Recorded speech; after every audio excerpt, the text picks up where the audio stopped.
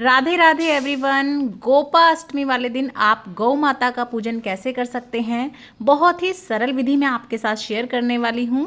सामग्री क्या रहेगी, पूजा के बाद चढ़ाई हुई सामग्री का आपको क्या करना है, संपूर्ण जानकारी आपको मिलने वाली है। कार्तिक मास के शुक्ल पक्ष की जो अष्टमी तिथि आती है उस दिन मनाई जाती है गोपाष्टमी। गौ माता का अच्छे से पूजन किया जाता है। वैसे तो हमें पूरे साल ही गौ माता का पूजन करना चाहिए। रोज कम से कम एक सुबह की पहली रोटी तो हमें गौ माता के निमित्त देनी ही चाहिए। लेकिन अगर आप पूरे साल भी नहीं कर पाते, क्योंकि आजकल सभी के पास गाय वगैरह नहीं है, आसपास भी बहुत कम लोग रखते हैं, तो उस केस में अगर आप चाहते हैं कि पूरे साल का जो आपका पुण्य है आप एक दिन में ही अर्जित कर लें, तो उसके लिए आप गोपाष्टमी वाले दिन पूजा अर्चना जरूर से करें। और आज की इस वीडियो में हम लोग देखेंगे कि आपको उनकी पूजा के लिए क्या क्या सामग्री चाहिएगी। देखिए, अगर हो सके तो आप गोपाष्टमी वाले दिन किसी गौशाला में जाके पूजा कर सकते हैं, क्योंकि वहाँ पे ना आपको गौ माता और बछड़ा आराम से मिल जाता है, और वहाँ पे जो आप भी दान वगैरह करेंगे तो आपको देने के लिए वो लोग भी मिल जाएंगे। लेकिन अगर ऐसी सुविधा नहीं है तो या तो आपके आसपास कोई गाय माता को पालता हो, या तो उनके घर जाके आप पूजा कर लीजिए। लेकिन आजकल घर में भी लोग बहुत कम गाय वगैरह पालते हैं, तो कोई बात नहीं, आप इस तरीके की मूर्ति ला सकते हैं, या फिर आपके पास कोई पोस्टर या फोटो हो तो आप वो ले लीजिएगा।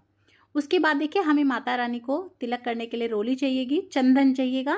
तो यहाँ पे मैंने सूखा चंदन लिया है, रोली ली है और चावल ले लिए हैं, यानी कि अक्षत। अक्षत आपके टूटे हुए नहीं होने चाहिए, आप इस बात का ध्यान रखिएगा।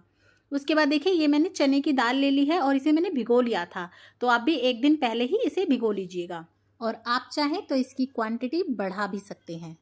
और ये देखिए, मैंने गुड़ ले लिया है, तो यहाँ पर हम थोड़ा सा गुड़ ले रहे हैं। अगर आप घर पर पूजा कर रहे हैं आप थोड़ा थोड़ा सामान ले सकते हैं, और अगर आप चाहें तो गौशाला में जाकर ज़्यादा क्वांटिटी में भी सामान दान कर सकते हैं। और ये देखिए, ये मैंने कुछ मिठाई रख ली है, तो यहाँ पर ये मैंने ले लिए हैं बूंदी के लड्डू। तो आप ये ले सकते हैं, या कोई भी जो भी आप गौ माता को खिलाना चाहें आप वो ले सकते हैं। जलेबी विशेष रूप से आज के दिन खिलाई जाती है, तो हो सके तो आप जलेबी ले लीजिएगा। उसके बाद देखिए, मैंने यहाँ पे केले भी ले लिए हैं, तो गौ माता को केले भी बहुत अच्छे लगते हैं, तो हो सके तो आप केले भी रख लीजिएगा। या फिर अगर आप पूजा वगैरह नहीं करना चाहते बहुत, तो कोई बात नहीं, आप गौशाला में जाके या तो कोई केले, कई दर्जन केले ले लीजिए, गुड़ की पेटी ले लीजिए, या दाल वगैरह ले लीजिए। या फिर आप चाहें तो गौशाला में जाके चारा दान करके आ सकते हैं आज के दिन। अगर आप पूजा वगैरह नहीं करना चाहते तो भी आप ना गौशाला में कुछ दान करके आ सकते हैं, खाने पीने की चीज़ें। तो आप इस तरीके से भी जो है गोपाष्टमी वाले दिन दान पुण्य कर सकते हैं, और गौ माता के लिए जो है ना आप इस तरीके से कुछ भी दान दे सकते हैं। और उसके साथ साथ देखिए, यहाँ पर ये मैंने लिया है 365 बत्तियों का दिया। और जो है, रोज रोज तो हम गौशाला नहीं जा पाते हैं, या गौ माता के आगे दीपक नहीं प्रज्वलित कर पाते हैं, तो अगर आप इस तरीके का गोपाष्टमी वाले दिन 365 बत्तियों का दिया जला देते हैं गौ माता के आगे, तो आपका ना पूरे साल भर की पूजा का जो है आपको पुण्य मिलता है। यानी कि आप पूरे साल भर का जो है दीपदान कर देते हैं एक ही दिन में। और इसको, बत्तियों को कैसे बनाना है और कहाँ कहाँ आप दीपदान कर सकते हैं साल भर का इकट्ठा, उसकी वीडियो चैनल पर आ चुकी है, आप ज़रूर देख लीजिएगा। लिंक मैं डिस्क्रिप्शन बॉक्स में डाल दूंगी। और देखिए, हमें 1 लोटा जल चाहिएगा, तो यहाँ पे मैंने 1 लोटा जल ले लिया है। और उसके बाद ये देखिए, यहाँ पे मैंने ये ले ली है मोली या कलावा, तो हमें ये चाहिएगा। तो पूजा के लिए हमें मोली या कलावा चाहिएगा, आप वो ले लीजिएगा।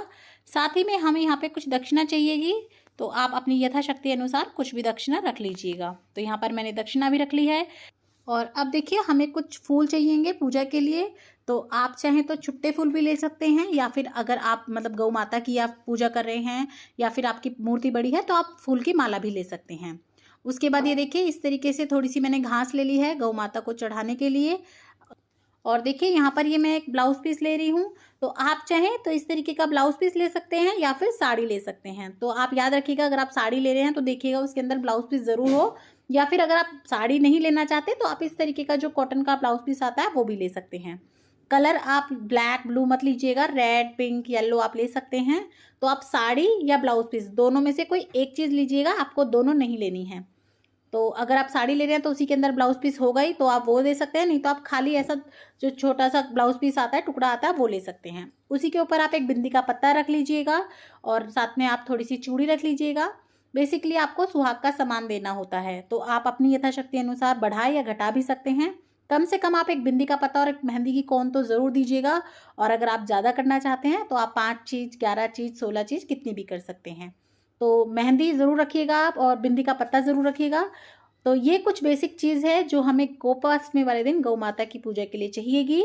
चाहे आप घर पे पूजा कर रहे हों या फिर आप बाहर जाके पूजा कर रहे हों, गौशाला में कर रहे हों, इतनी चीज़ तो हमें गोपाष्टमी वाले दिन लगेगी ही। बाकी आप अपनी श्रद्धा के हिसाब से, अपने मतलब स्थिति के हिसाब से जो है ना चीज़ें बढ़ा भी सकते हैं, जैसे दक्षिणा वगैरह या गुड़ वगैरह ज़्यादा भी कर सकते हैं। देखिए, अगर आप गौशाला जा सकते हैं तो बहुत ही अच्छी बात है, आप वहाँ जाके पूजा कर लीजिएगा। लेकिन अगर आप गौशाला नहीं जा सकते हैं किसी वजह से, तो आप घर पर मूर्ति या फोटो या पोस्टर की पूजा भी कर सकते हैं। उसकी वीडियो मैंने ऑलरेडी डाल रखी है, आप वो देख लीजिए। नहीं तो देखिए, अगर आपके आसपास इस तरीके से गाय माता आती हों गली वगैरह में, तो आप उनकी भी पूजा कर सकते हैं। और अगर आप पूजा वगैरह नहीं करना चाहते तो कोई बात नहीं, या तो आप गली में जो गाय आती हैं उन्हीं को कुछ खाने को दे दीजिएगा, थोड़ा सा दान करके। और या फिर आप ना गौशाला में जो है वो चारा डाल के आ सकते हैं, या गौशाला में जाके आप दान कर सकते हैं। तो देखिए, अगर आप घर पर ही गली में ही किसी गौ माता की पूजा करना चाहते हैं तो आप इस तरीके से बहुत ही सरल तरीके से पूजा कर सकते हैं। वैसे मुझे पर्सनली गाय से बहुत डर लगता है, तो देखिए सबसे पहले मैंने उन्हें ना इस तरीके से गुड़ डाल दिया था ताकि वो मेरे पीछे पीछे अंदर तक ना आए। और जो हमने चने की दाल ली थी वो ले ली है मैंने, वो डाल दी है। उसके बाद देखिए, आपको ना इनके खुरों के ऊपर पानी डालना होता है। तो इस तरीके से मैंने इनके खुर के ऊपर पानी डाल दिया है, यानी कि पैर। और सबसे पहले हमने इनके जो है ना पैर धो दिए हैं, क्योंकि अब इनको स्नान तो नहीं करा सकती मैं। और ये देखिए, उसके बाद मैंने इनको तिलक कर दिया था, तो हल्दी से और रोली से, दोनों चीज़ों से मैंने इनको तिलक कर दिया है। और मुझे डर सच में बहुत ज़्यादा लग रहा था कहीं ये मुझे सींग ना मार दें। ये देखिए, इस तरीके से मैंने इनको तिलक कर दिया था। वैसे ये गाय घूमती फिरती कई बार हमारे घर के आसपास आ जाती हैं, तो मैं इन्हें कुछ खाने को भी दे देती हूँ और पानी भी पिलवा देती हूँ। लेकिन मुझे पर्सनली बचपन से ही ना बहुत डर लगता है गाय वगैरह से, इसीलिए मैं थोड़ा पास कम जाती हूँ उनके। तो ये देखिए, इस तरीके से मैंने उनके जो है ना स्नान करवा दिया था, उनके तिलक कर दिया था। और आपको ना गोपाष्टमी वाले दिन गौ माता की जो है ना परिक्रमा ज़रूर से करनी चाहिए। आप हो सके तो 2, नहीं तो मतलब क्या कहते हैं 11, 21, 108 जितनी चाहे उतनी परिक्रमा कर सकते हैं। तो देखिए, मैंने यहाँ पे इनकी आरती भी उतार दी थी दीपक से दूर से ही, वो क्लिप जो है गलती से डिलीट हो गया है। तो ये देखिए, मैं इस तरीके से डरते डरते इनकी जो है ना परिक्रमा कर रही थी। तो आप इस तरीके से जो है ना इनकी परिक्रमा कर सकते हैं। तो आप हो सके तो 2 परिक्रमा तो ज़रूर करें गोपाष्टमी वाले दिन गौ माता की। और फिर देखिए, मैंने ना बहुत मुश्किल से इनकी 2 परिक्रमा करी और फिर इनके जो है मैंने पैर छू लिए। और साथ ही में ना मैंने गौ माता के पूरे शरीर पर हल्दी से और चंदन से टिक्कियाँ लगा दी थी। तो हो सके तो आप 8-8 टिक्की लगा दें, अगर और कर सकते हैं आपके जैसे गौ माता जो थोड़ी सी नहीं मारती हैं, तो आप उनके ऊपर 108 टिक्की भी लगा सकते हैं। तो देखिए, मैंने यहाँ ना चंदन से और रोली से गौ माता के पास इस तरीके से टिक्की लगा दी थी, थोड़ी सी मेहंदी लगा दी थी। और इस दिन जो है ना गौ माता के पूरे शरीर पे ना मेहंदी के हाथों की छाप भी लगाई जाती है, यानी कि छापे भी लगाए जाते हैं, बहुत अच्छे बताए जाते हैं। तो अगर आप लगा सकते हैं तो आप प्लीज़ इस दिन जो है गौ माता के ऊपर मेहंदी के छापे ज़रूर लगाएं। और जो हमें कपड़े या साड़ी मिनस के देनी होती है वो आप किसी गरीब को दे सकते हैं, या जो गौ माता के लिए रोटी लेने आते हैं ना, आप उनको दे सकते हैं। और देखिए, जो मिठाई का हमने भोग लगाया था गौ माता को, तो थोड़ी सी मैंने गौ माता को खिला दी थी और बाकी यहीं पर बच्चे खेल रहे थे तो मैंने उनको बांट दी थी। तो देखिए, इस तरीके से आप जो है ना बहुत ही सरल तरीके से गोपाष्टमी वाले दिन घर पर ही पूजा कर सकते हैं। तो आपको वीडियो कैसी लगी प्लीज़ मुझे कमेंट करके ज़रूर बताइएगा। और अगर आपको मेरी वीडियो अच्छी लगी हो, चैनल पसंद आ रहा हो, तो लाइक, शेयर और सब्सक्राइब करना बिल्कुल भी मत भूलिएगा। देखने के लिए बहुत बहुत धन्यवाद। जय श्री